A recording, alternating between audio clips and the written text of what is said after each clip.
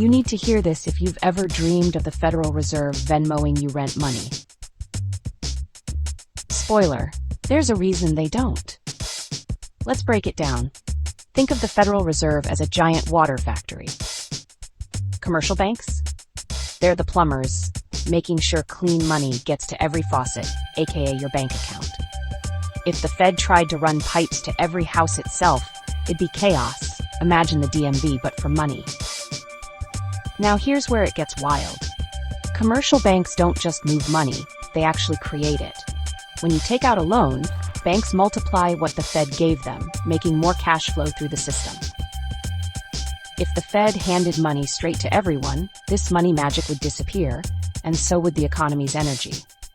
Plus, if you defaulted on a Fed loan, taxpayers would eat the loss. Ouch. And don't even get me started on politicians pressuring the Fed to print money before elections. Hello, Banana Republic. Bottom line, those middlemen banks?